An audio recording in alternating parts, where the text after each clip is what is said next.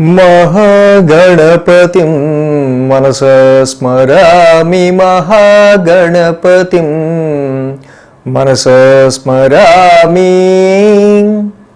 TR creations family అందరికీ నా హృదయపూర్వక ధన్యవాదాలు. జూన్ మాసానికి సంబంధించి రాశి ఫలాలు కొంచెం మనం లేట్గా చెప్పుకుంటున్నాం, ఎందుకంటే వెరీ ఇంపార్టెంట్ వీడియో.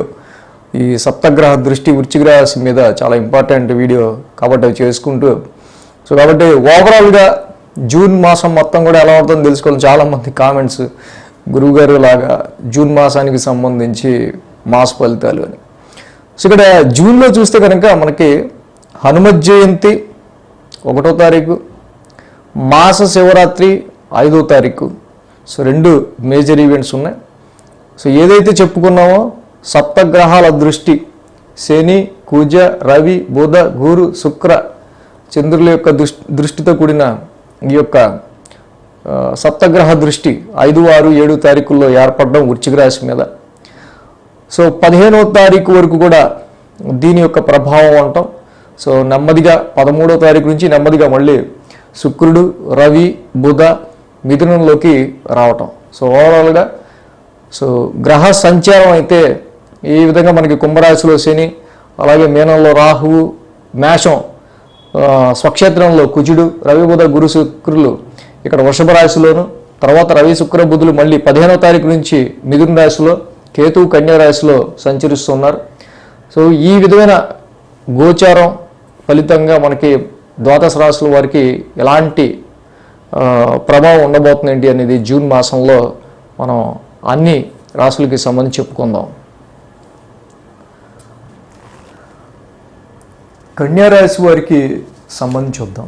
కన్యారాశి వారికి సంబంధించి జూన్ మాస ఫలితాలు మనం చూసినట్టయితే కనుక ఈ రాశికి యోగిస్తున్న గ్రహాలు షష్టమంలో శని, అదేవిధంగా నవమంలో గురుడు, శుక్రుడు, ఇక దశమ స్థానంలో 15వ తారీఖు నుంచి రవి, బుధ. మొత్తంగా 5 గ్రహాల యొక్క అనుకూలత ఈ రాశి వారికి కనిపిస్తూ ఉంది. కన్యారాశి వారికి మేజర్గా మనం చెప్పుకున్నట్టు ఏదైతే సప్తగ్రహ దృష్టి అని చెప్పుకున్నామో, మెజారిటీ ఆఫ్ ద ప్లానెట్స్ యొక్క ఆస్పెక్ట్ ఇక్కడ వీళ్ళకి మొదటి 2 వారాలకు కూడా తృతీయ స్థానం మీద ఉంది. కాబట్టి న్యూ లెర్నింగ్ స్కిల్స్కి సంబంధించి, న్యూ లెర్నింగ్ గురించి కానీ, ఏదైనా టీచింగ్ గురించి కానీ, ఏదైనా స్పీకింగ్ గురించి కానీ, ఏదైనా కమ్యూనికేషన్ గురించి కానీ, రైటింగ్స్ గురించి కానీ, షార్ట్ జర్నీస్ గురించి కానీ, వీటి మీద వీళ్ళ ఇంపాక్ట్ అనేది ఎక్కువగా మొదటి 2 వారాలు కూడా సెల్ఫ్ ఎఫర్ట్స్, మీ ఓన్ సెల్ఫ్ ఎఫర్ట్స్కి సంబంధించిన పనులే, వాటి మీదే మొదటి 2 వారాలు కన్యారాశి వారికి ఇక్కడ ఆధారపడి ఉంది. ఈ రాశికి సంబంధించి మనం చూసినట్టయితే షష్టమ స్థానంలో శని యొక్క సంచారం అనేది జరుగుతుంది. తప్పకుండా మీరు శత్రు విజయాన్ని పొందుతారు, ఆరోగ్య సమస్యలను కూడా అధిగమించగలుగుతారు. మీకు లైఫ్లో ఎదురయ్యే ప్రతి సమస్యని చాలా మొండిగా ఎదుర్కొని మీరు వాటి నుంచి బయటపడగలుగుతారు. వాటిలో ఎటువంటి ఇబ్బంది లేదు. ఈ యొక్క మాసం నుంచి కూడా కుజుని యొక్క అష్టమ స్థాన సంచారం అనేది ఇక్కడ వెళ్ళక మొదలైంది. మొన్నటి వరకు కూడా రాహుతో ఇతికట్టి సప్తమంలో ఉన్నాడు, ఇప్పుడు అష్టమంలో వచ్చాడు. దీనివల్ల మ్యారిటల్ లైఫ్కి సంబంధించిన విషయాల్లోనూ, బిజినెస్ పార్ట్నర్షిప్కి సంబంధించిన విషయాల్లోనూ, క్లోజ్ రిలేషన్స్కి సంబంధించిన విషయాల్లోనూ సమ్ డామినేటింగ్ ఇష్యూస్ అనేవి అరైవ్ అవటం వల్ల చాలా వరకు డిస్టర్బ్డ్గా మీ లైఫ్ పార్ట్నర్తో కానీ, మీ ఫ్రెండ్స్తో కానీ, మీ దగ్గర వాళ్ళతో కానీ, కుటుంబంలో ఉంటే కుటుంబ సభ్యులతో కానీ కొంచెం ఇక్కడ కొన్ని డామినేటింగ్ ఇష్యూస్ వల్ల భేదాభిప్రాయాలు అనేవి వచ్చే ఆస్కారాలు ఉన్నాయి.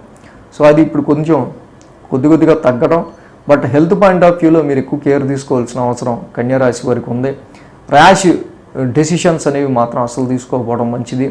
Mars is the fighter planet and aggressive planet. ఈ 8th హౌస్లో ఉండటం వల్ల ఆవేశపూరితంగా మీరు తీసుకునే నిర్ణయాలు చాలా వరకు కూడా కొంచెం అవి సమస్యని క్రియేట్ చేస్తాయి. కాబట్టి షార్ప్ థింగ్స్, కొంచెం పదునైన వస్తువులు కానీ, అగ్నికి సంబంధించిన విషయాలు కానీ, వీటికి సంబంధించిన విషయాలు కేర్ తీసుకోవడం అనేది మంచిది.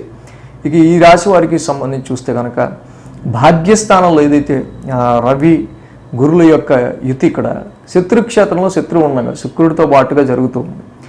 కాబట్టి ఇక్కడ మీ యొక్క ఫైనాన్షియల్ వెల్త్కి సంబంధించిన విషయాల్లో భాగ్యస్థానంలో ఈ యొక్క గ్రహాల యొక్క సంచారం కొన్ని కుటుంబ పరంగా కావచ్చు, లేకపోతే కొన్ని మీకు ఏవైతే టార్గెటబుల్గా మీరు పెట్టుకున్న కొన్ని కమిట్మెంట్స్ రీచ్ అయ్యి ఈ సంవత్సరంలో కట్టాల్సిన విషయాలు కావచ్చు.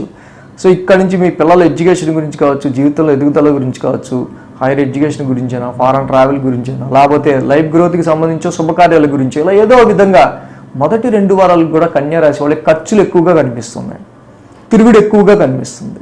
దీనిలో అనవసరమైన తిరుగుడు ఏది, అవసరమైన తిరుగుడు ఏది, దీనిలో అవసరమైన ఖర్చు ఏది, అవసరం లేని ఖర్చు ఏది, వీటిలన్నింటిని కూడా మీరు చూసుకుంటూ ముందుకు వెళ్ళడం అనేది కన్యా రాశి వాళ్ళకి చెప్పదగిన విషయం.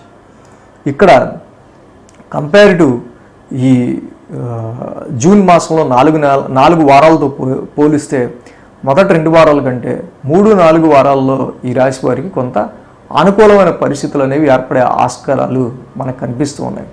అది ఏ విధంగా అంటే, ఎప్పుడైతే ఈ రాశి వారికి సంబంధించి 13వ తారీఖు రావచ్చు రవి అలాగే బుధుడి యొక్క సంచారం కూడా దశమస్థానంలో జరుగుతుందో, చాలా వరకు కూడా దశమస్థానంలో రవి బుధుల యొక్క సంచారం తప్పకుండా వీళ్ళకి ప్రొఫెషన్ పరమైన విషయాల్లోనూ, కెరీర్కి సంబంధించిన విషయాల్లోనూ వీళ్ళకి మంచి పాజిటివ్ రిజల్ట్స్ అనేవి ఇస్తూ ఉంది. కాబట్టి క్రమక్రమంగా వీళ్ళ యొక్క స్ట్రెస్, తిరుగుడు, వృధా స్పెండింగ్స్, ఎక్స్పెన్సెస్ ఇలాంటివన్నీ కూడా క్రమంగా 13వ తారీఖు నుంచి తగ్గుముఖం పడడం, కెరీర్కి సంబంధించి, ప్రొఫెషన్కి సంబంధించిన విషయాల్లో మీకు ఇంకా చక్కగా మంచి ఫోకస్ అనేది పెరగటం మనం గమనించవచ్చు. సో ఈ విధంగా కన్యారాశి వారికి సంబంధించి ప్రభావం అనేది జూన్ మాసంలో మనకు కనిపిస్తుంది.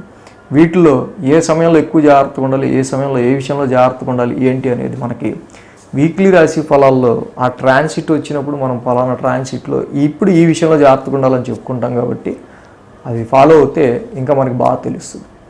So thanks for watching. అలాగే ఈ రాశి వారికి సంబంధించి మనం మేజర్గా ఆ రెమెడీస్ విషయంలో కనుక చూసినట్టయితే అష్టమ స్థానంలో కుజుని యొక్క సంచారం జరుగుతుంది. ధరణీ గర్భ సంభూతం విద్యుత్ కాంతి సమప్రభం కుమారం శక్తిహస్తం తం మంగళం ప్రణమామ్యహం. కుజ నవగ్రహ శాంతి మంత్రం చేసుకోవటం ఈ రాశి వారికి అష్టమంలో ఉన్న కుజుడికి చాలా చాలా చాలా మంచిది. అలాగే భాగ్యస్థానంలో మనం ఇందా చెప్పుకున్నట్టు మోర్ ఎక్స్పెన్సెస్ అనేవి క్రియేట్ అవుతూ ఉన్నాయి కాబట్టి కొన్ని అవేవో స్పిరిచువల్గా ఎథిక్స్, మీ ఆచారం, మీ సంప్రదాయం, అలా బిలీఫ్, మీ యొక్క దేవుడికి సంబంధించి ఏమన్నా వాళ్ళకి ఇక్కడ ఖర్చు పెట్టడం అనేది మంచిదిగా కనిపిస్తుంది. అంటే నెగిటివ్గా డబ్బులు ఖర్చు చేయకంటే చక్కగా ఎలా ఖర్చు అయ్యే ఆస్కారాలు ఉన్నాయి.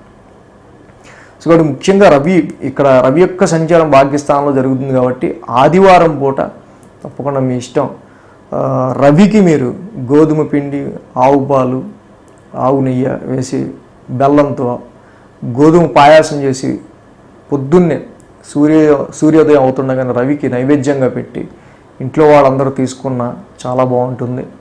అదేవిధంగా రవికి జపాకుష్మ సంకాసం చదువుకోవటం వల్ల, శివాలయ దర్శనం చేసుకోవటం వల్ల, ఇక్కడ ఈ ఏవైనా సరే ఇలా కొన్ని స్పిరిచువల్ ఎక్స్పెన్సెస్ అనేవి పెట్టడం వల్ల ఈ యొక్క కన్యారాశి వారికి ఇంకా మంచి పాజిటివ్ ఎఫెక్ట్స్ అనేవి ఉంటాయి.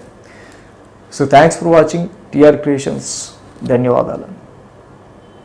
ఈ వీడియో కనుక మీకు నచ్చినట్లయితే లైక్ చేయండి, షేర్ చేయండి. మరిన్ని అప్డేట్స్ కోసం సబ్స్క్రైబ్ చేయడం మాత్రం మర్చిపోకండి.